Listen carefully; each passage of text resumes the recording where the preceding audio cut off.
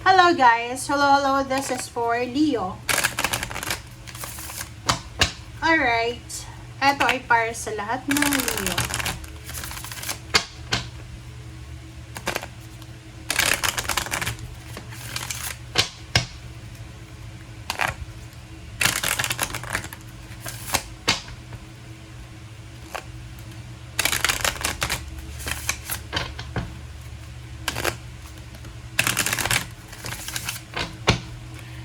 Leo, tingnan natin ang July monthly reading para sa'yo. This is general reading.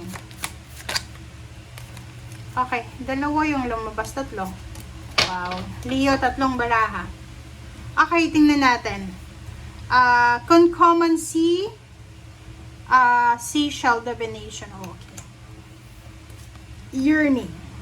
Longing for someone. Leo. Oh. Honor the masculine, respecting men. Okay, Leo, dito muna tayo sa isang baraha. Eto sa barahang to, sinasabi na posibleng na may namimiss ka. Okay? Ngayong buwan ng July, may namimiss ka. So, maybe you're longing for someone na namayapa na. Maybe you're longing for someone na wala na dito sa mundong ibabaw. Another is, kung love life yan, pwedeng namimiss mo, kung nasa long distance relationship kayo, namimiss mo yung asawa mo, yung karelasyon mo, or kung sino man na malayo. Okay? So, ito siya. Which is reasonable naman. Ito naman, sinasabi ng bara sa'yo na ngayong buwan ng July ay siguro mayroong mga Leo na nagfo-focus kayo sa prayer, sa manifestation and spells. Nagpo-focus siguro kayo ngayon sa divination. Kumbaga, halimbawa, gusto mong magkaroon ng relationship, parang double time ka sa pagpe-pray kasi pwedeng malapit ka na sa katapusan ng kalendaryo. So, yun yung nakikita natin. Honor the masculine. Honor the masculine. So, nakikita ko sa'yo dito, this is literal, ma-appreciate mo, okay? Ma-appreciate mo, Leo, yung father mo, yung asawa mo, kung babae ka, yung mga lalaki sa buhay mo, ma-appreciate mo sila ngayong buwan ng July. Baka maraming bubuhatin dyan sa bahay nyo. Maraming kailangan, like, sira yung ilaw, parang ma-appreciate mo na, ay, kung may lalaki lang sa bahay namin, siguro hindi ako mahihirapan or hindi ko kailangan tumawag ng kung sino-sino para ayusin ito.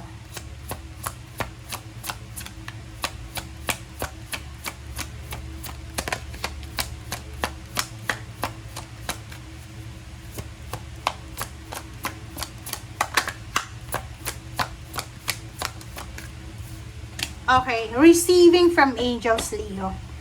Shimmering wings of angels, embrace with love. Diba? Wow! Congratulations sa mga Leo na nanonood sa ngayon. Kayo ay makakatanggap ng pwedeng message from your angels and guides.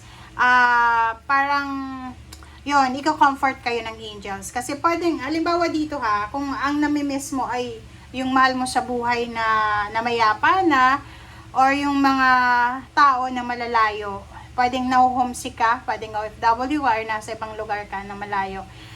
Iko-comfort ka ng angels and guides. So, mararamdaman mo yon, Leo. Mararamdaman mo na parang, ay, nalulungkot ka, tapos bigla kang parang naka-recover agad-agad.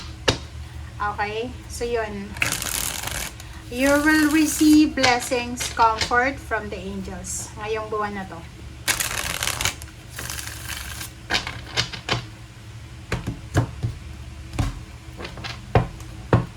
Alright. Okay, 5 of Pentacles and 4 of Pentacles. Leo, maganda to. This is your focus this month. Nakikita ko sa'yo dito na marirealize mo ngayong buwan na to. This is your realization Marirealize mo siya ngayong buwan na to na para maiwasan mo yung 5 of Pentacles, para maiwasan mo yung financial problems, sinasabi na importante na mag-ipon ka ng pera. Okay?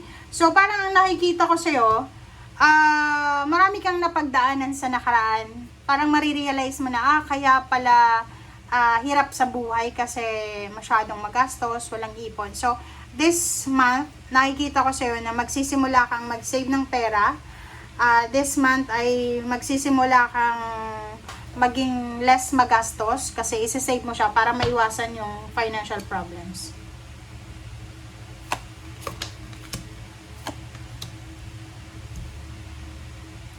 Okay, next is Four of Wands. Four of Wands and the Hangman. So, nakikita ko sa'yo dito, may plano ka siguro magpatayo ng bahay. Okay? So, nakikita ko na may mga Leo ditong marami kayong plano. Plano mong bumili ng sasakyan, magsimulang mag-business or whatever man. Pero, siguro this month of July, ihahang mo muna. Hindi mo muna itutuloy siya. Lalo itong construction ng bahay.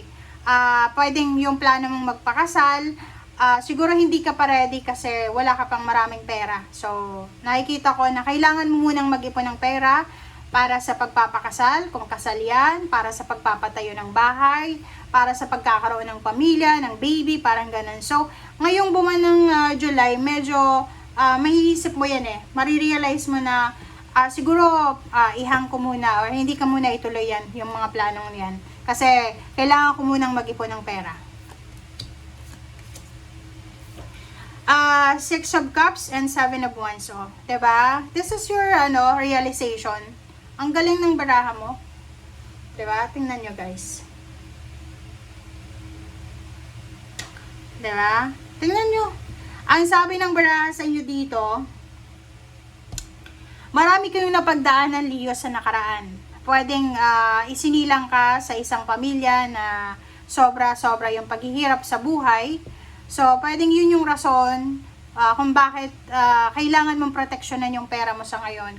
Kung bakit ka sobrang workaholic kasi ayaw mo nang ma-experience yung na-experience ng parents mo or na-experience mo ng past. Another dito is yung Six of Cups. Sinasabi ng baraha na ayaw mo nang bumalik sa dati. Diba? Kung sobra-sobra yung paghihirap mo financially dati, ngayon ay buo na yung loob mo, Leo, na hindi, ayoko na talagang bumalik sa dati. So, kailangan ko mag-save ng pera. Okay, Child of Swords and Two of Cups. So, dito sa barahang to, sinasabi ng baraha sa inyo dito na may balita na darating sa inyo, Leo, kung ikaw ay single looking for a relationship, may matatanggap ka na, like for example, a letter, a chat, a call, an email, na magsasabi na interesado siya sa'yo. Okay, next is Explorer of Wands and Ten of Wands. So, dito naman sa dalawang barahang to, makikita mo dito na mayroon kang plano. Okay, mayroon kang plano. Ang dami-dami mong plano, Leo. Nakikita ko plano mong mag-travel, plano mong mag-relocate, plano mong mag-business. Basta sobra-sobra yung plano mo. Nasa Ten of Wands ka, so nakikita ko yung pagiging hardworking mo. Kayod kalabaw ba yung ginagawa mo. Multitasking, dalawa yung trabaho, tatlo, apat. Kumbaga, marami kang ginagawa sa ngayon, marami kang mga side hustle. Kasi gusto mong, kumbaga, ma-explore yung mundo. Okay, you're super. Atong Explorer of Wands, this is the feeling of motivated ka, feeling na inspired ka, feeling mo na kaya mong gawin lahat. Okay? Five of Cups. Diba? Ang sabi ng baraha dito, ngayong buwan ng July, napaka-workaholic, napaka-motivated ng mga Leo na to kasi ayaw nyong manghinayang pagdating ng araw. Ayaw nyong sisihin yung sarili nyo pagdating ng araw na baka pagdating ng araw, sisisihin mo pag matanda ka na kung nung bata ako, dapat ginawa ko to eh. Nung malakas pa ako, dapat ginawa ko to. So, nakikita ko sa'yo, puro psychological. Yung puro lang isip na ngayong buwan ng July, yung gagawin mo ngayon is nakadepende sa naiisip mo. Okay? Ayaw mong magsisi, ayaw mong, kumbaga, manghinayang. Okay? Nakikita ko ayaw mong bumalik sa dati, yung buhay mo, buhay mahirap, Nakikita ko sa'yo dito, sobrang tipid na tipid ka ngayong July. Okay? Napakatipid mo. Pangalawa, napakasipag mo. Pangatlo, hindi ka na atang matutulog dahil sa sobrang trabaho. Okay? Thank you guys. Bye!